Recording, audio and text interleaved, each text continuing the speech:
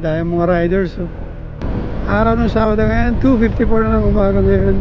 At papasok na tayo ng Arco ng Malolos. At papunta tayo ngayon mga best friend ng Dasul, Pangasinan. Matagal-tagal din tayong hindi pumunta sa lugar na yan. Last na punta natin dyan is year 2022. So, eto, pupunta tayo ngayon bago matapos ang summer. May na ngayon, May 26. Ito, kasama ko ang aking tropa Beats, si paring Ariel. Yan, nasa una. Dalawa lang kami. Bigla ang plano. Ayun, natuloy. Kagabi lang plinano. Tapos yun, ito, natuloy na. Kadalasan kasi mga best friend, yung antagal-tagal na plano, nagiging drawing. Yung bigla ang plano na ganito, natutuloy talaga.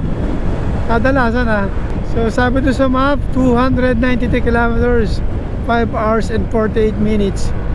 So umalis tayo kanina 2:22, ngayon 2:56. So almost 40 minutes pa lang tayo tumatakbo. So dito na nga tayo sa Malolos. Papasok lang natin ang Arco. At medyo naninibago tayo sa rides kasi mahina na yung mata ko rin sa gabi. Unlike before na talagang malinaw yung mata natin. So safety first tayo. Kaya chill ride lang muna tayo. Takbong 60 lang tayo. 60, 50. Pag maliwanag na siguro yun, makakahata tayo. Oh, ano yun? Bawal yun Dipiritso yun.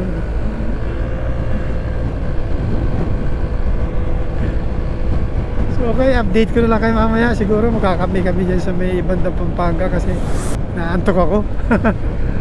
We are now entering the Arc of Pampanga mga best friend. Time check now is 3:13 AM. Pa-English tuloy ako Nasa unahan natin ang aking tropa Beats, paring Ariel ito. At wala naman ngayon gaanong mga malalaking truck. Unlike before na yung oras na to talagang makakasabay mo sila dito sa kalsada. Ito meron naman mga ilan-ilan, mga trailer, dump truck. Pero may time na grabe, sunod-sunod talaga na pasin, napakarami. Wow, long ride yun daming dala. And approaching Sullivan Bridge. Ito yung boundary nila Sullivan Bridge. Tuwing piyesta rito, dito nagpaparade. Dito pinaparada si Apo Iro. Kasi meron akong tiyuhin dyan sa Sampaloc, Apalit, Pampanga. Dyan sa may bandar yan. Shoutout kila Tio Arnold at sa aking mga binsan. Tagal-tagal din tayong hindi nakapag-vlog kasi busy tayo sa ating hanap buhay.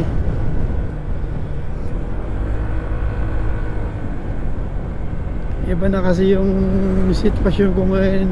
Unlike before na anytime pwede akong gumala, walang problema. Ngayon inuuna ko yung hanap buhay.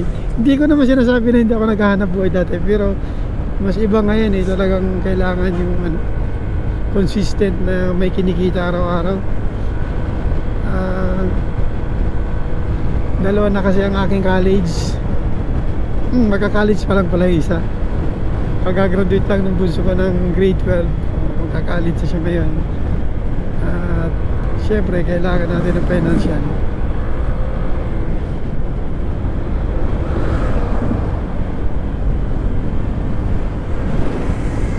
Ganda na itong kalsada na itong mga best friend. Unlike before nung dumadaan ako rito, as in ganyan-ganyan lubak-lubak. At makapalang semento nito. Kasi kita ko ito nung sinasemento Kinapala na nila kasi nga malalaking truck yung mga dumadaan. Ang MacArthur Highway, alam naman natin na busy kalsada yan. Kaya thumbs up ako dun sa nagpagawa nito. Ganda ng kalsada. Pag araw dito, saksakan ng traffic dito mga best friend Lalo nung may palengke pa rito. Buti nga inalis yung palengke rito Yan, dyan dati ang public market ng Apalit.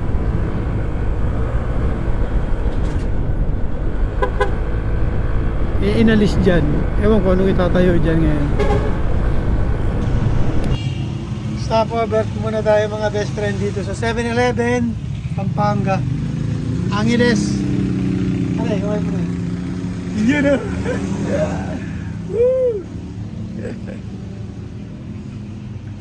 Shoutout sa mga tropa pits natin. Pobreng Lakwachero. Ito, papunta kami ngayon ng Dasul, Pangasinan. Yan. Nagkape muna kami kasi power nap. Sobrang antok. Hindi na sanay sa biyahe. Ito, kami nga lang palang dalawa ni Boss Ariel. Parang Ariel ko. Tagal na hindi. Yun. Yes! Ang tagal na hindi nakasama sa rides. Buwan. Taon ba?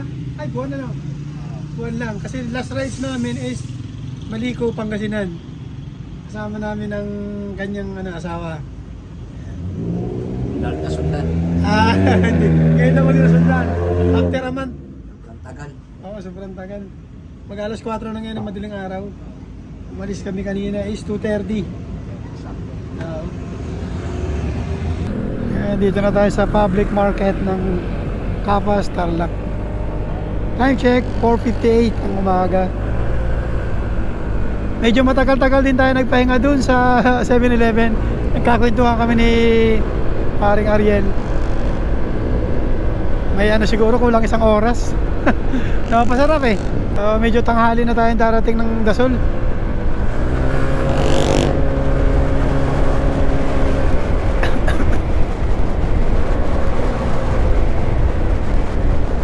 Okay, update ko na lang kayo mamaya mga best friend.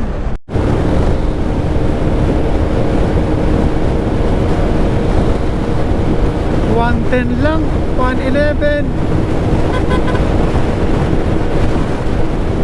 Idolo mo. Bagal.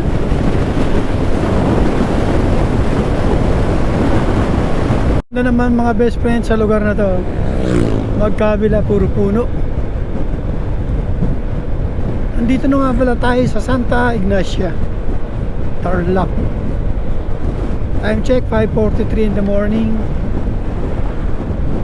At ang klima dito ngayon ay napakaganda, malamig.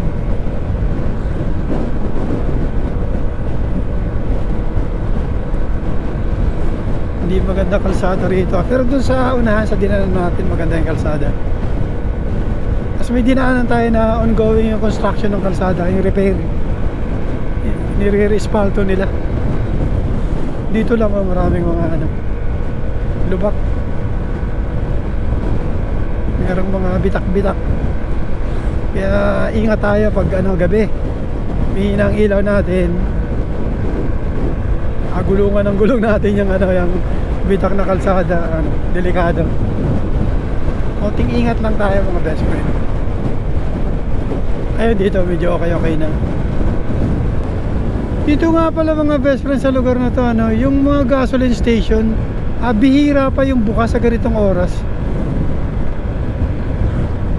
Marami tayong dinaanan dyan sa unahan na nakasara pa yung mga gasoline station. Kaya kung magagawi kayo dito dapat before kayo pumasok dito sa may sa Santa Ignacia, okay yung gasolina ninyo, hindi 1 bar. Kanina naghanap ako ng makakargahan eh. Nagpakarga lang ako ng 100. Nagbiblink na kanina yan eh. So naging 3 bar. Gusto ko kasi sa Petron ako nagpapakarga. Hindi Petron yun, kaya hindi ako nag full tank. Ilang Petron yun dinaano natin pero sarado. Siguro maya maya pa ang bukas dito. So paano ba kung 10 oras ng gabi? Siguro karamihan dito talaga sarado yung mga gasoline station. So be sure natin na pagdaan natin dito at alanganing oras, full tank tayo or marami tayong gasolina. Pero sa may bandang Tarlac City, karamihan naman bukas. Dito lang sa area na to. Yan, Petron 1KM, tinan natin kung bukas. Dito pala sa left side yung Petron. Tinan natin kung bukas. Bukas na. Okay. Hintayin ko lang yung kasama ko. Sinauna tayo eh. Baka lumampas siya. Ayun We are entering Camiling, Tarlac, 1838-2003. Yung siguro yung pagkakatatag niyan, 1838. Tapos 2003 ginawa. Ganun kaya yun mga best friend? Just comment below na lang ha. Yan o.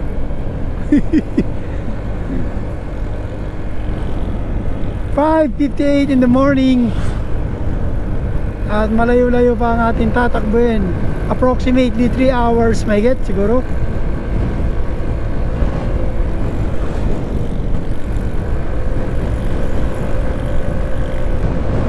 Ang ganda ng daan dito mga best friend oh. 4 lanes tapos dito sa gilid may daanan ng bisikleta.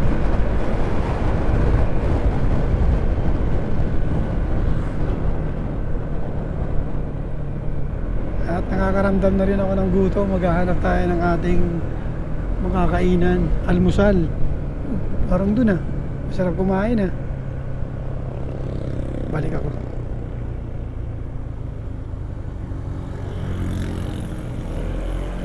Ay, nandun siya. Dumiretso. Mahirap talaga pag walang intercom. Meron ako siya, wala eh.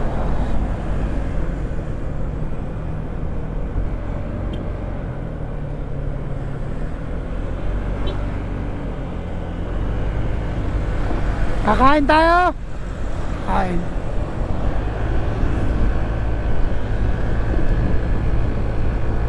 Sayang doon sa dinaanan, marami siguro. Maraming pagpipilian eh. Diretso si paring Ariel eh. Marami pa naman siguro dito sa ano. Ito siguro yung tulay. Kaya traffic. Mahaba yung traffic. Dun. Ginamitan lang natin ng ating ipinagbabawal na technique. Kaya nandito na tayo. Pero mahaba yung traffic. Ay ito nga, rough road. Ginagawang tulay. Nagiging 1 lane lang tapos kaya bumabagal, rough road. Mabagal yung usad ng sasakyan.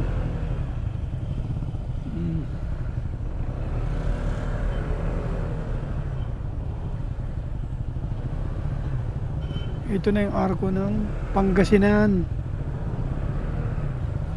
Dito na to banda sigurado sa San Clemente. Ay, ito yung construction ng ano, bridge oh. Wow, ganda. Konkreto yung mga bakal. Lalaki.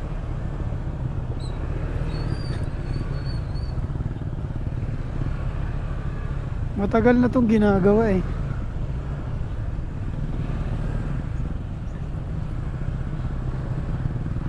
At dyan sa bandang unahan dyan, usually may checkpoint lagi dyan. Kasi nga ito, Pangasinan na. Ito na yung arko ng Pangasinan. Boundary ng Tarlac and Pangasinan. Ito nga yung checkpoint. Ito, dito na tayo sa Suwal. Bumili tayo mga best friend ng bangus. Daming tinda rito mga seafoods. Tsaka mga isda. Medyo mas mataas nga lang kumpara doon sa palengke. Ang kilo ng bangus dito is 220. Welcome to Suwal. 9:10 na ng umaga. Na-late na tayo ng gusto kasi ang daming pahinga. Maantok kasi.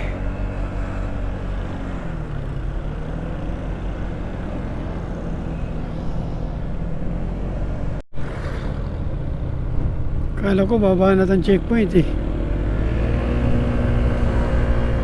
Welcome to Alaminos, Pangasinan, home of 100 Island. Marami pala rito mga tindang mga melon, pakuan. Ito magkabilang mong kalsada oh.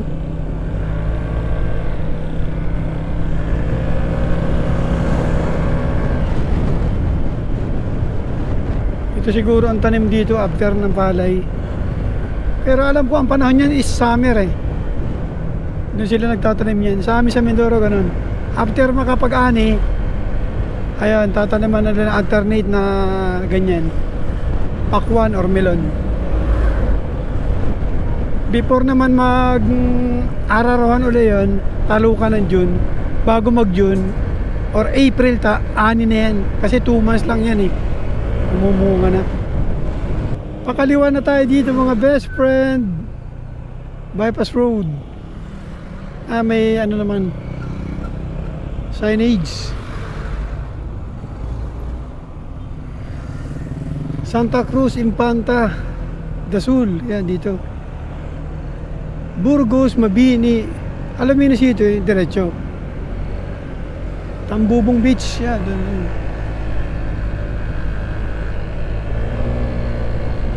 Ay, kapoy dong oh.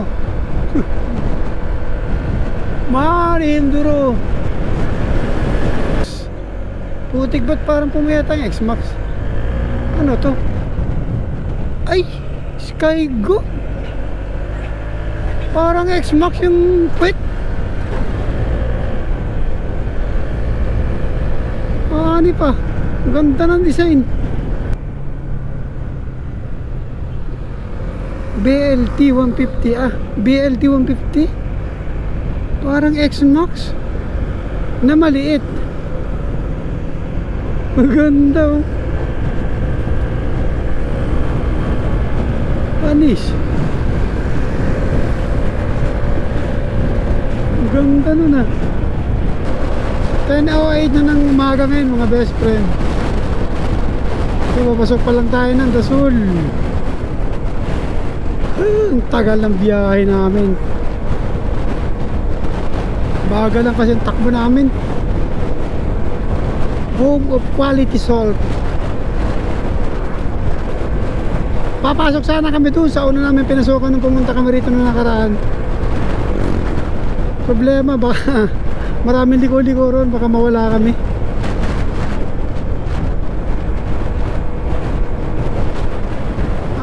Kapoy na talaga. Grabe, pagod na.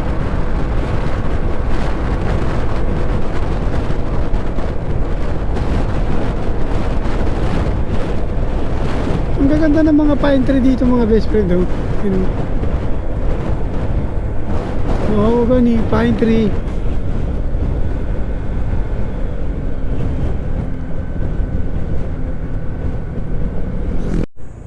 Ayun dito, Osmeña 16.8 km, Magsaysay 3.5. Dito kakanan tayo mga best friend.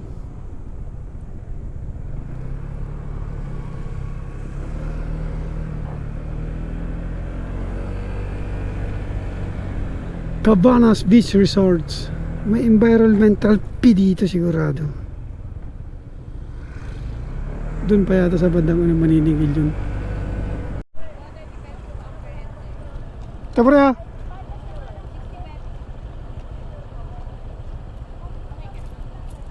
Pre ha. Ah. Hey. Nandiyan na? Sige. 30 pesos isang tawa na. Hinihingi ba nila yan? Hindi naman.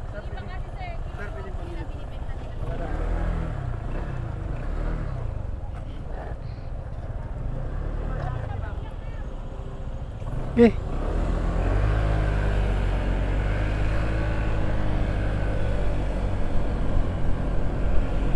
₱30 environmental fee mga best friend. Mura na rin. Tulong naman natin yan sa ano eh, lokal na pamahalaan dito. Halos karamihan naman may ganyan. Mula doon sa kantong pinasukan natin hanggang doon sa Barangay Osmeña ay 16.8 kilometers. Malayo-layo din talaga. Mga 35 minutes. Ben. Buti nga ngayon, ito maganda na yung daan dito eh. Unlike before na talagang may part na rough road talaga. Okay ba? Hindi, malamig hindi. Sakto lang.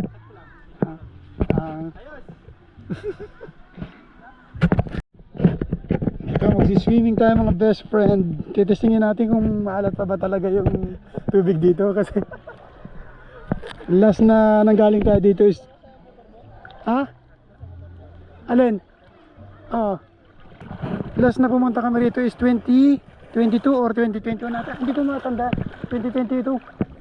Last na punta namin dito is 2022. So after 3 years ito na siya. parang wala naman pinagbago. Parang mas gumanda pa, lalo yung entrance doon. Di lang natin nakunan ng video. Maalat pa rin yung dagat. Alat pa rin. Hindi ganun karami yung tao ngayon mga best friend. Hindi gaya nung first time tayong pumunta rito. Kasi ano yun eh, kabubukas pa lang. Parang bago pa lang luluwag sa pandemic, di ba? 2022. Dagsa yung tao, napakarami, no? Ang kasama ko dito na yung mga tropa ko, sila Boss Michael, saka sila Boss Tisoy, yan, mga kasama ko.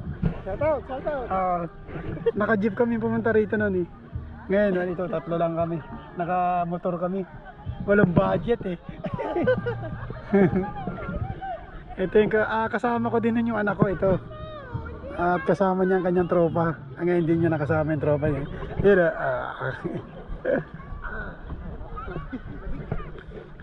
nung nagpunta kami rito is pumunta kami ron sa kabila na yun. Maganda rin yung Bilya Manok.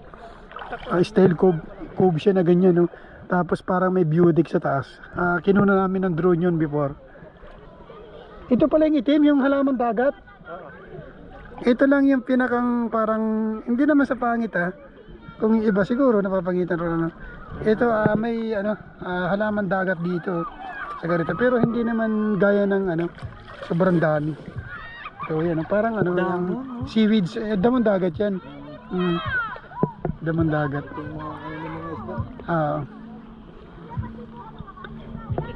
Yung kayak noon yun, may upa yun. Hindi ko alam ngayon kung magkano yung upa. Kasi nagkayak din yung mga bata noon eh. Doon sa kayak. Mamaya tatanong natin kung magkano. Interview mo sila. Lipo. Labang mo naman, di nga tayo makalisan sa pwesto.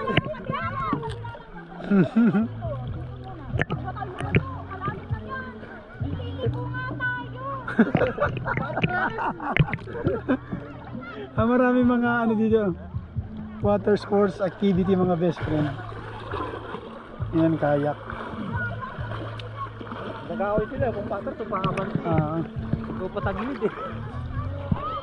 From Bulacan, tinakbo namin to ng 7 hours sa motor. Depende na lang siguro sa sa ruta na dadaanan nyo kung mabilis. Kung hindi ma-traffic, mabilis lang.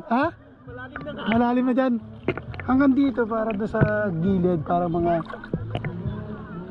100 meters. Hindi naman. Mga tingin ko mga 30 feet. Ito. Mula doon sa gilid, mula doon sa tabi. Malipad.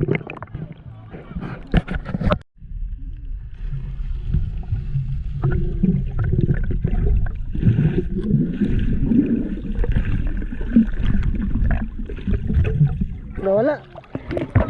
Hirap pumulin. May banana boat dito mga best friend, no?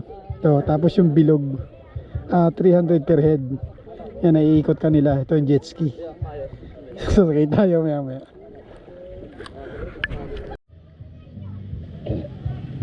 Hindi ko sure kung kita sa camera mga best friend. Ayun, yun yung isa sa water activity rito. Wala ito nung unang punta namin dito. Umiikot-ikot siya. Iba siya doon sa banana boat. Layo na Kaya hindi mabenta yung banana boat. Hindi nga. Sakay ka dyan. Ako mabayad. Kasi ikaw lang. Hindi ko kakaya. Baka ako. Sige. Tara na doon. Ayata natin sumama eh. Oo.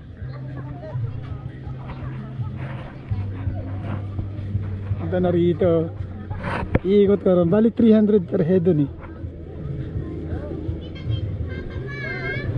Ayun. Yun sigawan sila eh. Patay na isa. Ala. Hindi ko kaya sumakay dyan. Parang roller coaster eh. Hindi patay na isa.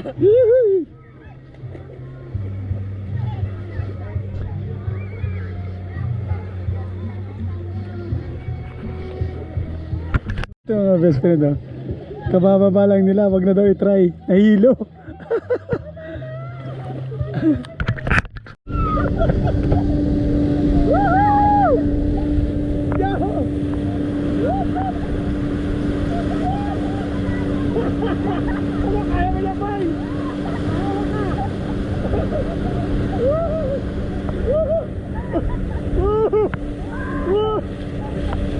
Putang ina, nakakatakot.